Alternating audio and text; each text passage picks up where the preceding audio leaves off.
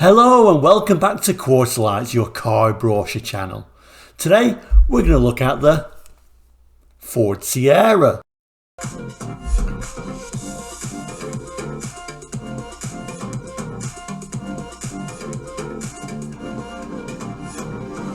Welcome back. If you are into cars and car brochures, consider subscribing. I'm sure you'll find something interesting, of course, but it also helps the channel and gives you better content. But anyway, the Ford Sierra. Let's call it Ford Fridays. It's Fridays, we're talking about a Ford. It might not happen again, but let's call it Ford Fridays. The Ford Sierra, first introduced in 1982, launched at the Birmingham Motor Show in the UK. And the Sierra was a little bit controversial at the time. It was a significant aerodynamic and coefficient improvement over the very boxy Ford Cortina, which was good, but the conservative buyers were really kind of like put off by this shape, and also the fact that there was no saloon car to buy. Now things moved on a bit, and in 1987, for the 1988 model year, there was a redesign and an improvement, and that's when we got the saloon called the Sierra Sapphire in the UK. There was also the introduction of a 1.8 lean burn engine, and that proved a very popular option. So why did I choose today's brochure? It is from 87, so it is showing that redesign. I chose this mainly because it was actually my dad's first company car. He got to choose a variety of cars from that were built in the UK, including things like the Montego and even the Nissan Bluebird, which was built in the UK at the time. He plumped for the Ford Sierra Sapphire, and he had a choice, a 1.6L or a 1.8L. He plumped for that 1.8. But anyway, let's look at today's brochure and see some of them features we can see. So there we go, the new Ford Sierra. The cover, quite a plain, quite a boring cover compared to some of the brochures we've seen on the channel. But nevertheless, here it is, the Ford Sierra. Incidentally, the original code name for the Ford Sierra was actually Tony with an I, which, you know, they always pick these little weird names, but there you go. Sierra, of course, named after, well, the Spanish name for a mountain range, I guess. But there we go. But anyway, let's open the brochure up.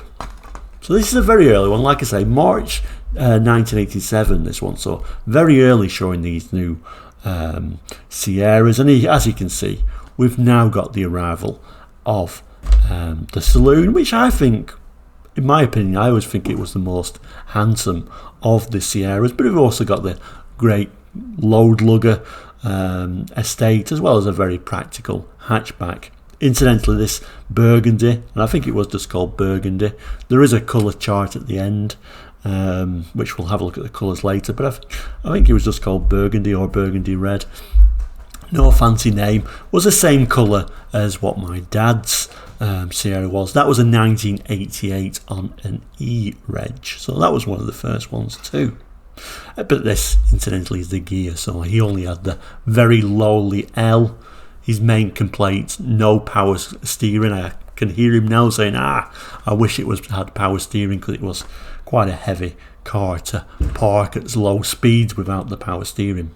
But anyway, let's move on. We're going to have a look at a bit of this text, because there's some interesting little phrases, and it tells you a little bit about the changes as well. So here we go. Straight away it starts off by saying, sleek, spacious and refined, the new Ford Sierra has been developed from the award winner that was voted Top Car 1983 by the Guild of Motoring Writers. It brings together the best of both worlds by combining advanced but proven engineering with a wide range of improved new features. They're set even higher standards for everything from style, driving enjoyment and comfort to quality, durability and value for money. If you prefer classic styling, Ford's new hatchback and estates are now joined by the Sierra Sapphire, a four-door saloon of outstanding elegance and efficiency. The Sierra's key features include fully independent suspension for superb comfort and handling, a smooth front with headlights of exceptional power, bigger windows, stylish new bumpers designed to absorb low-speed impacts, front seatbelt height adjustments, high security locks to combat auto crime, and motorised central locking that can be operated from driver or passenger doors. I can tell you the lowly L did not have central locking on it.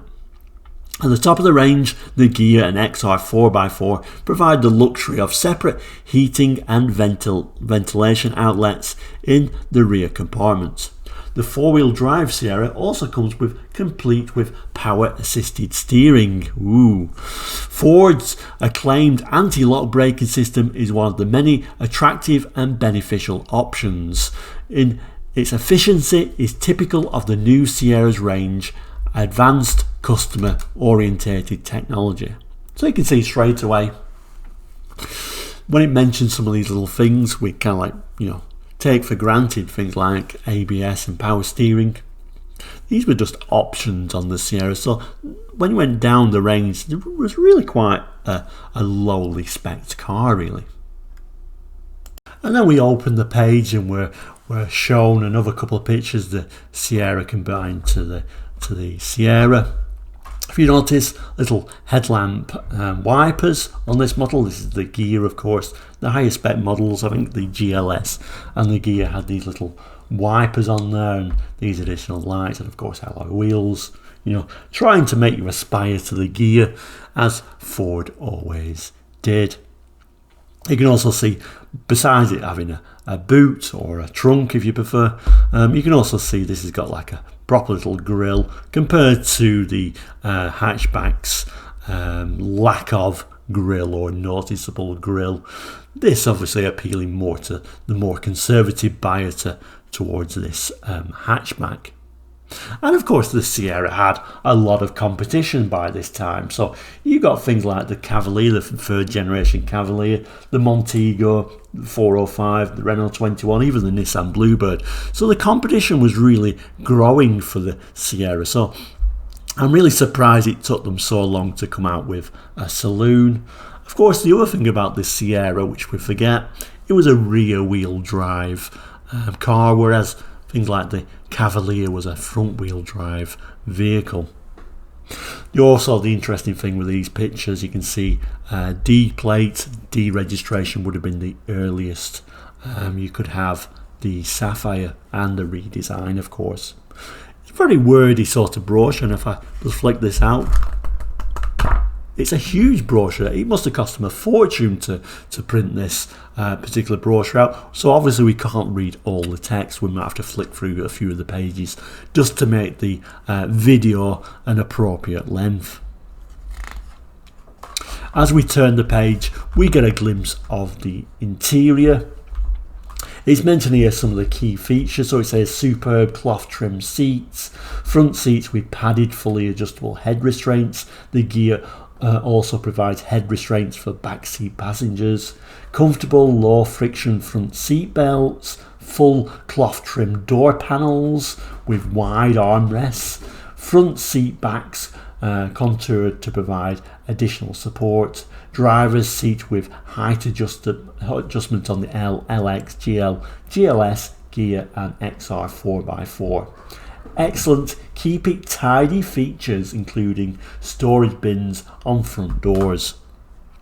So you can see straight away it wasn't a car that was luxurious. You can see this is the Ghia one. You can see the little extra switches in this very unusual place for the electric rear windows, but still, even on the top model, it wasn't like a luxurious car by any stretch of the imagination. We do get a better view of that interior. You can see all these additional features that the top of the range model would have. This would normally just be a blank space, I seem to remember. And I think the lower models was just a place to store things rather than a blocked off spot. We'll have a look at some of this. It just says the key features. I'll just read them quickly. Fuel and water temperature gauges, instrument panel on the LX, GL, GLS gear and XR 4x4 have enhanced and adjustable lighting. All wash white functions conveniently controlled, and a standard and sports steering wheels. A couple of different options. You can also see this is one's got a rev counter. The one down here, which we'll have a better look at, is more that you would have got on the L. Very basic interior. But let's have a look at some of these key points. At the bottom here it's saying excellent storage facilities left include a convenient and spacious glove box, complete with a light on Sierra from the GL to the gear and XR 4x4. And then over here it's got a single function digital clock. Right, it's standard on the L, LX, GL, GLS and XR 4x4. The gear's standard digital clock has 3 functions, so this would have been what you would get on your gear. Everything else would have this also sort of blank compartment and this little clock inside at this time. And then we can see a little bit of look at the very basic sort of radio here. It says even the most budget priced new Sierra and Sierra Sapphire have a push button 2-speaker radio as standard. A rotary switch boosts the heater. And then it says the Ford Sierra enjoys a clear view of instruments and crisp clear graphics and warning lights. Like I said, this is a more basic one like you would find on my dad's L, not even a rev counter on there. Then the brochure itself is going to split the models up. First talking about this Sapphire, then the other Sierras in the range. So this nice little picture of this top of the range Sierra Sapphire. And then it's going to be looking at some of the little key points. We're not going to go through all this. Like I say, it's a very long brochure, this one. Before we get to the different variations, starting off with the Sierra Sapphire, where amazingly this was more basic than even my dad's. Not even an L. Super basic model. I wonder how many of these extremely basic ones there are. You know, not even a wheel trim on there. You had to move up to the Sierra L to get a little bit of a wheel trim, amazingly enough. Now the Sierra L, you had a choice of a 1.6 or 1.8 petrol, or you could get a 2.3 litre diesel on there as well. Again, like I said, quite a lowly spec'd vehicle. Some of the ways you could tell the lower spec ones, they had this little bit of chrome. Some of them had like red trim, like on models like the GLS, etc. We then move up to the LX, which was a very popular choice. Your L with some extras, I guess, is what they're saying there. And we get the first little look of this little bit of red trim on the bumpers there. It also mentions here a screened glass sunroof, which my dad's did have the sunroof on there. It doesn't mention that. Maybe that was just an option that was added on there. Manually controlled, turn this little wheel to slide back or pop up. I remember being younger and being quite impressed. This was our first sort of like higher model than we've been used to. Like I say, my dad's first company car. Of course, the LX, you've now got a little, if you just about make car, but you've actually got a rev counter on there. And I remember the boot being quite a nice size for holiday trips. Moving up still further to the GL.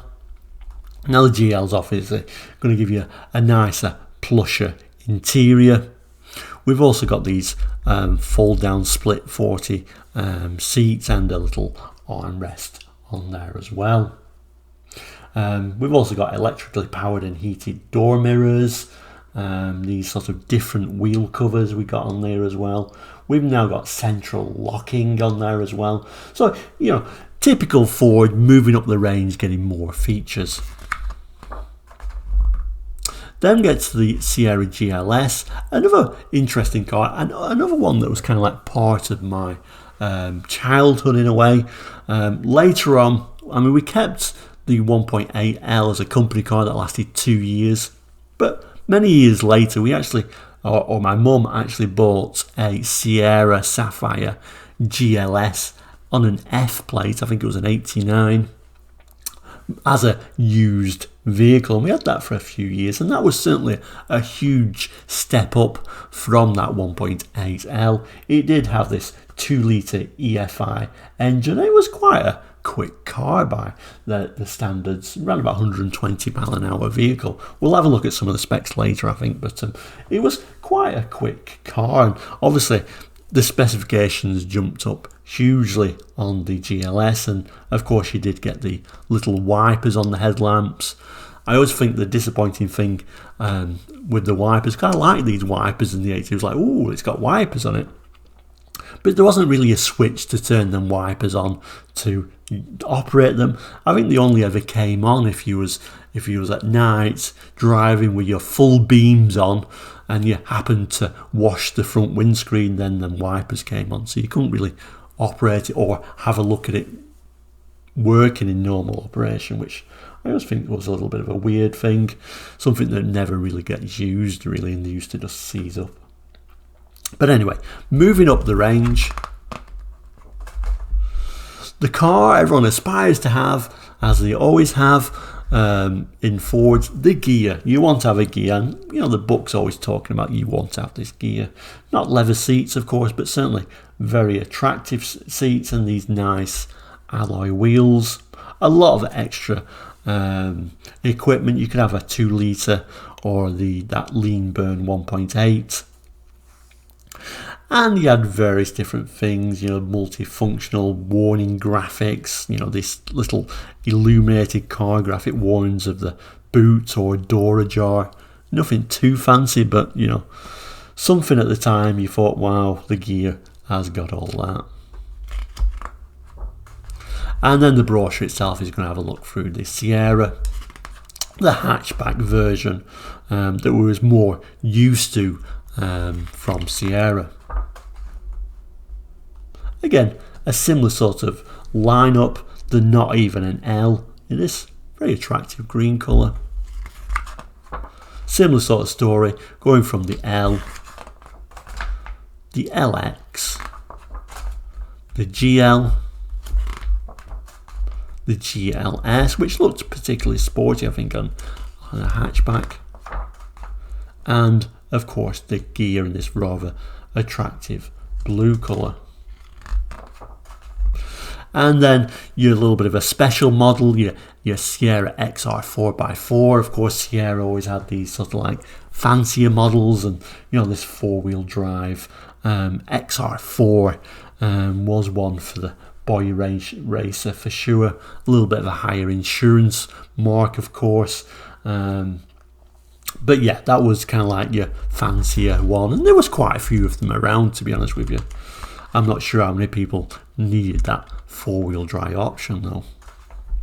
And then of course we've still got that super practical estate, and it was a very practical family car. And here it's just saying Sierra Estate with this very large load space. It's saying 51.8 cubic feet of space. And we've still got your estate, not even an L, your GL, your gear, and even a gear 4x4 on the estate model. It goes on to tell us a bit about Sierra technology. Before we get to the technical specifications, and of course, as always, we'll have a look at those. And you can see the full range of models in 1987, 88. A 1.6 being your lowly base model, your 1.8, your 2-litre injection, your 2.8 litre injection for the XR 4x4s, and that 2.3 diesel, which I don't know how popular that diesel model was. I think people tended to go more for things like your Citroen BXs if you wanted a diesel.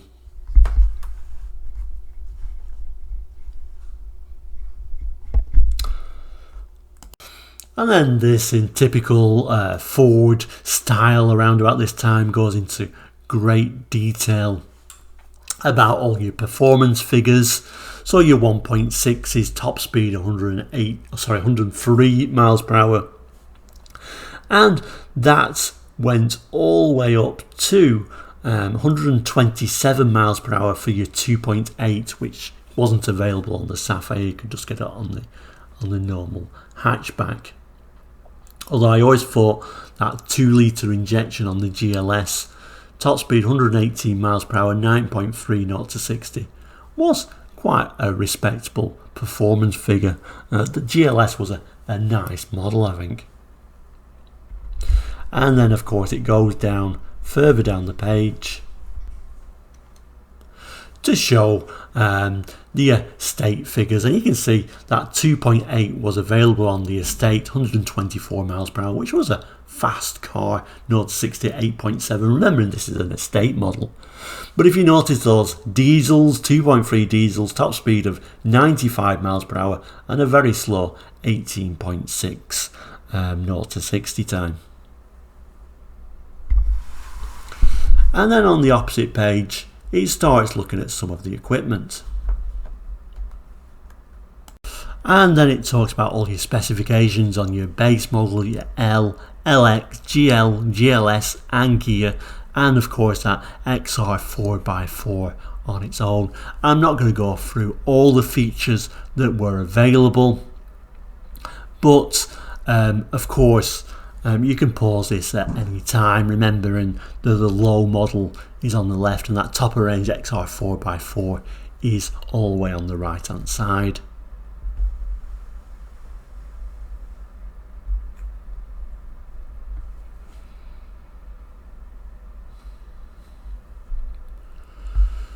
And of course your dimensions, which I'm not going to go through, and the typical little image that goes with that. Continues on the next page with the exterior specifications. I'm just about fitting on there. Remembering this model all the way over here is an XR 4x4. You can just about make out the dots though. And like I say again, I'll just go through this. You can stop this at any time if you do want to see each individual feature.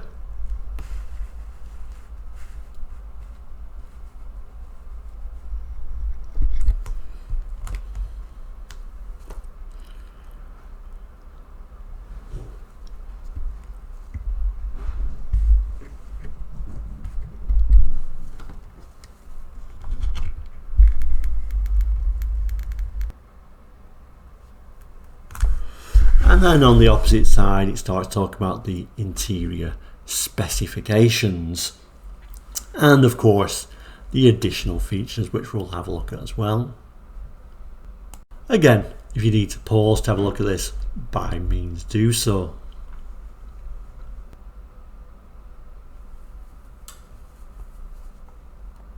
And then further additional features.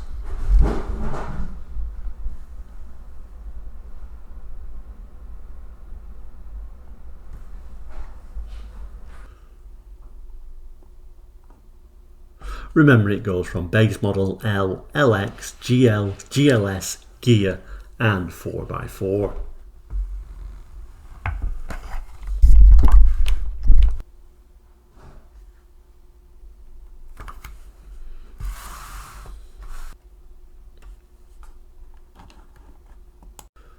And again it continues on, doesn't it? And more additional features, and it finally ends at the bottom there with the wipers.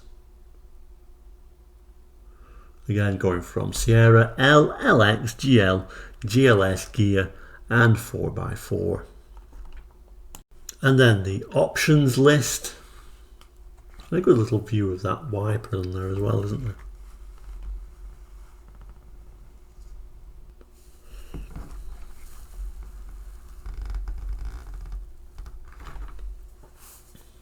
And a little bit of an interesting fact at the bottom there. I'll read it to you, you can't read it all, but it's talking about the business pack. You could get a business pack on the 1.6L estate. Consists of the 1.8 OHC engine, 5-speed gearbox, ventilated front discs, uprated front suspension, 195 tyres and special wheel covers, 1710 kilogram permissible gross vehicle weight, approximately 575 kilograms carrying capacity, and 1120 kilograms permissible rear axle.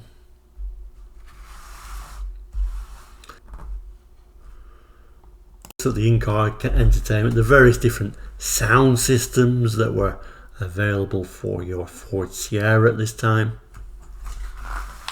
And then finally at the back page it starts talking about colours and trims and the various different models. So you could have these, like I say, with the red trim on things like the LX or the chrome for the L, and this would have been your XR 4x4. And these are the colours themselves.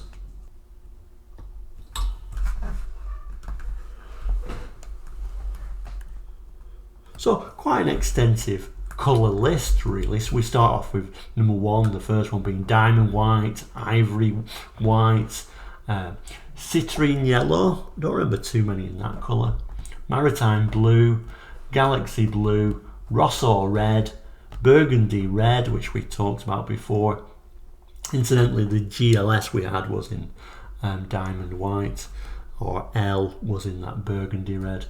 Black, an extra cost colour, and then the metallics, which were all at extra cost: Stratos silver, silica gold, willow green, which I quite liked, moonstone blue, crystal blue, regency red, chestnut, and mercury grey.